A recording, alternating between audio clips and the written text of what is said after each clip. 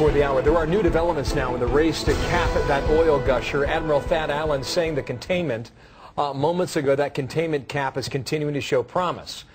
They're not home yet. In fact, they may be a long way from there. But there is word of a separate oil leak in the Gulf, and Brian Wilson's been listening. He joins us now live in D.C. What did you hear from Alan, Brian? Well, we've been trying to dig on this story all morning long, and it does appear that the Deepwater Horizon leak is not the only oil leak occurring in the Gulf of Mexico right now. The environmental group Skytruth has spotted what it claims to be, and take a look at some of these pictures, a 10-mile-long slick coming from the Ocean Saratoga rig. The Mobile Press-Register newspaper has a story today that claims it's seen federal documents that reveal the rig has been leaking. It's just that little spot there, but it's been leaking since April 30th. And I need to say very quickly, this is a much smaller leak, apparently, than the massive BP spill, but it will provide ammunition to those who believe that offshore drilling should be curtailed.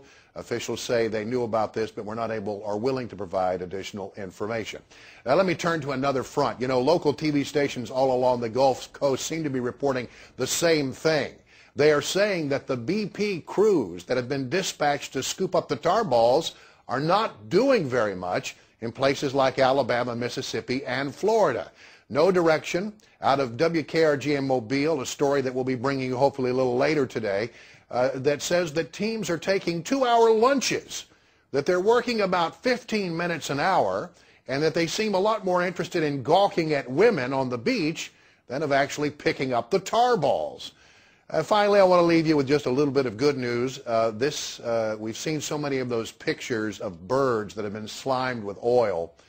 We want to show you a couple of brown pelicans who have been cleaned up and released into the wild. Yes. The pelicans were released near Miami so that they would not get back into the oil and open the gate, and here they go. They are happy to be out of there and happy to be back in the water. They used, like you've read, they used Dawn dishwashing liquid to clean up these birds. That's a good way to finish that. Have got a better days ahead. At some moment very soon, we'll lead with those pictures, okay? Thank you, Brian. Okay. Brian Wilson.